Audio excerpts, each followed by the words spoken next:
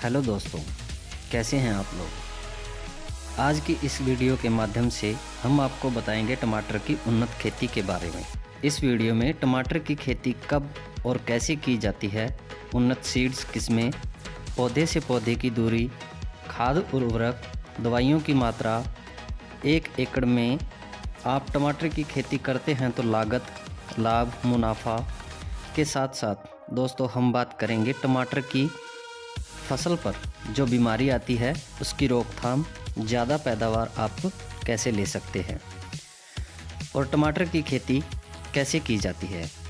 अगर आप चैनल पर पहली बार आए हैं तो चैनल को सब्सक्राइब कर लीजिए। तो सबसे पहले बात करते हैं उन्नत सीड्स किस्मों के बारे में। तो दोस्तों, जो हाइब्रिड वैरायटी है वो जलवायु, मौसम, भूमि और राज्यों के हिसाब से, मौसम के हिसाब से जो वैरायटी होती है वो अलग अलग होती है, लेकिन भारत भर में अच्छा उत्पादन देने वाली किस्में और सभी प्रकार की भूमि, सभी राज्यों पर आप इस किस्मों को लगा सकते हैं।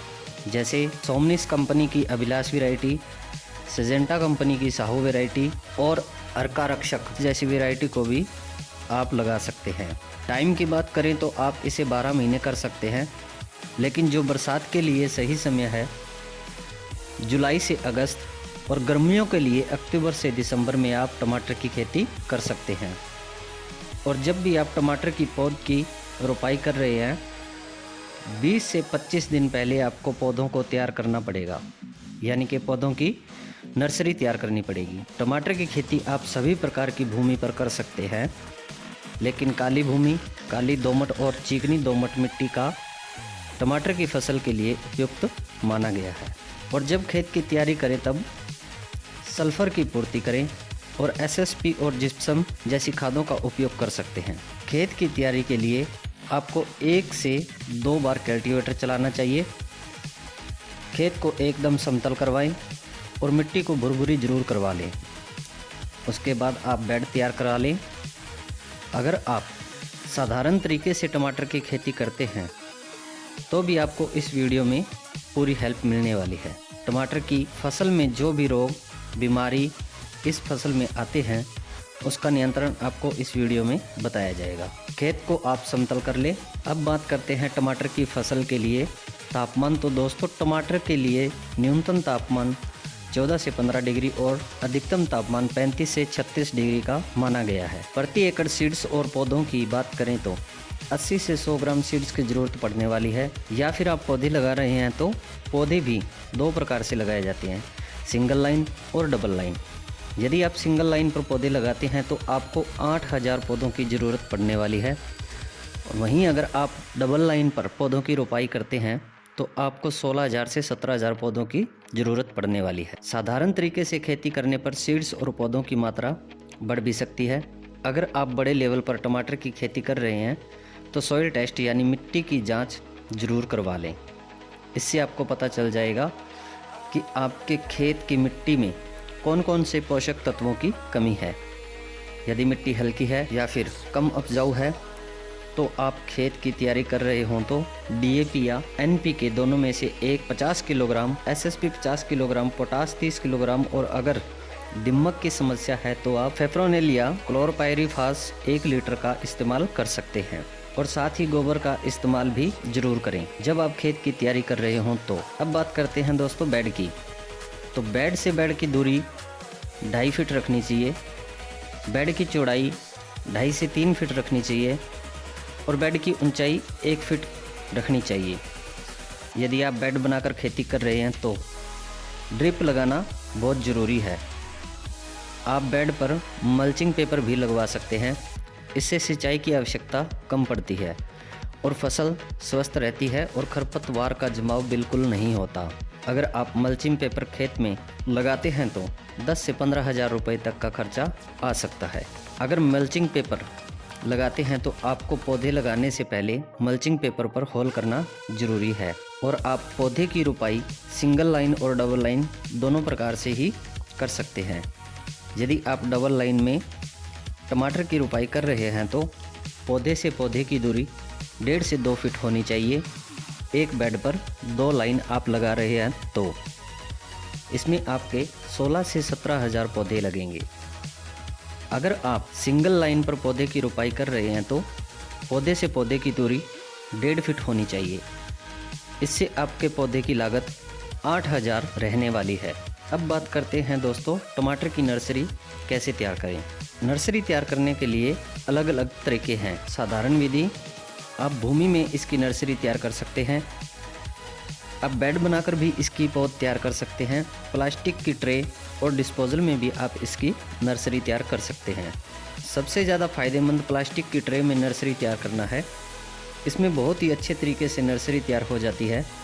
प्लास्टिक की ट्रे आपको मार्केट में बहुत ही आसानी से मिल जाएगी और इसमें आप नारियल की खाद, वर्मी कंपोस्ट को आप अच्छे से मिला लें। प्लास्टिक की ट्रे में भर देना है और एक एक बीज की आपको बुआई कर देनी है। जो कोकोपीट आती है उसको पानी में भिगो देना है। उसके बाद वर्मी कंपोस्ट के साथ मिक्स कर लीजिए और ट्रे में भरकर बीज की बुआई कर देना है। बीज को लगाने के बाद 3 से 4 दिन तक आप इसे कवर करके रख दीजिए। बीज को ढक देने से जो भी हीट उत्पन्न होगी उससे बीज का अंकुरण बहुत ही अच्छा होता है। अगर हमारी नर्सरी पर फंगस लग रही है तो हमें फंगीसाइड जैसे M45 15 से 30 किलोग्राम 15 लीटर पानी में मिलाकर छिड़काव करना चाहिए। और अगर पौधों में पीलापन आ जाए तो NPK 30 किलोग्राम 15 लीटर पानी में मिलाकर छिड़काव करना चाहिए।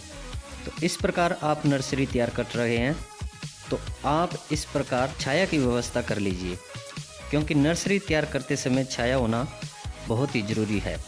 अगर आप इस तरह से पौधे तैयार कर लेते हैं तो 20 से 25 दिन में आपके पौधे तैयार हो जाएंगे। आपको प्रॉपर सुबह शाम सिंचाई का पूरा ध्यान रखना है और जब आपके पौधे 5 से 6 इंच के हो जाएं तो आपको पौधों की रोपाई कर देनी चाहिए। पौधों की रोपाई के समय जो मल्चिंग पेपर है उससे पौधे का तना टच नहीं होना चाहिए, नहीं तो आपका पौधा ख़त्म हो सकता है। रोपण के बाद पर्याप्त मात्रा में नमी होनी चाहिए, यानी कि सिंचाई कर देनी चाहिए। अब हम बात करते हैं टमाटर की बंधाई। तो दोस्तों, टमाटर को प्रॉपर बंधाई करना बहुत ज़रूरी है। बंधाई करने से टमाटर की तोड़ाई करना बहुत ही आसान होता है और अगर पौधा नीचे पड़ा रहे तो बहुत ही ज़्यादा फंगस और बीमारियां लग जाती हैं और उत्पादन भी बहुत कम होता है। इसलिए दोस्तों, टमाटर की बंधाई ज़रूर करना चाहिए। अब बात करते हैं टमाटर की बंधाई कैसे करें। तो टमाटर की बंधाई बांस पर आपको करनी चाहिए। बांस के टुकड़े मजबूत होने चाहिए, 7 से 10 फुट की लंबाई होनी चाहिए और यहाँ पर आपको सूतली की ज़रूरत भी पड़ने वाली है। जब टमाटर के पौधे की लंबाई 10 से 12 इंच हो जाए तो पौधों की बंधाई कर देनी चाहिए।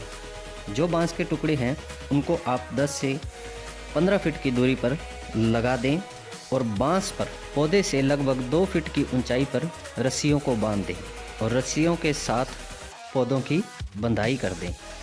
जितनी ज़्यादा आप टमाटर की फसल पर साफ़ सफाई रखेंगे उतना ही ज़्यादा आपको पैदावार मिलेगी।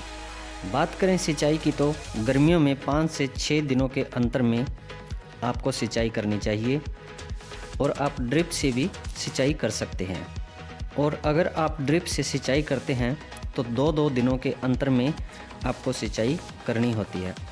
अगर आपकी भूमि हल्की है तो ज़्यादा सिंचाई की आवश्यकता पड़ने वाली है। दोस्तों, बात करें टमाटर की फसल में लगने वाले कीट और बीमारियों की तो इसमें बहुत सारे रोग आते हैं, जैसे लीफ माइनर, फंगस, मकड़ी, सफ़ेद मक्खी, पीलापन जैसी बहुत बीमारियां आती हैं। इसके लिए आप अपने नज़दीक पेस्टिसाइड की शॉप से संपर्क कर लें। अगर आप बीमारी नियंत्रण नहीं करेंगे तो फसल 80% तक ख़त्म हो सकती है। तो दोस्तों, आपकी फसल में जो भी बीमारी आए आप उस बीमारी की दवा का छिड़काव ज़रूर कर लें। और जब टमाटर की फसल फूल की अवस्था में होती है उस समय आपको फास्फोरस युक्त खादों का इस्तेमाल 3-3 दिनों के अंतर में करना चाहिए। जब टमाटर की फसल फल की अवस्था में होती है तो पोटाश युक्त खादों की आवश्यकता पड़ती है। दोस्तों, इस प्रकार आप टमाटर की खेती करते हैं तो आप टमाटर की खेती से अच्छा मुनाफा कमा सकते हैं।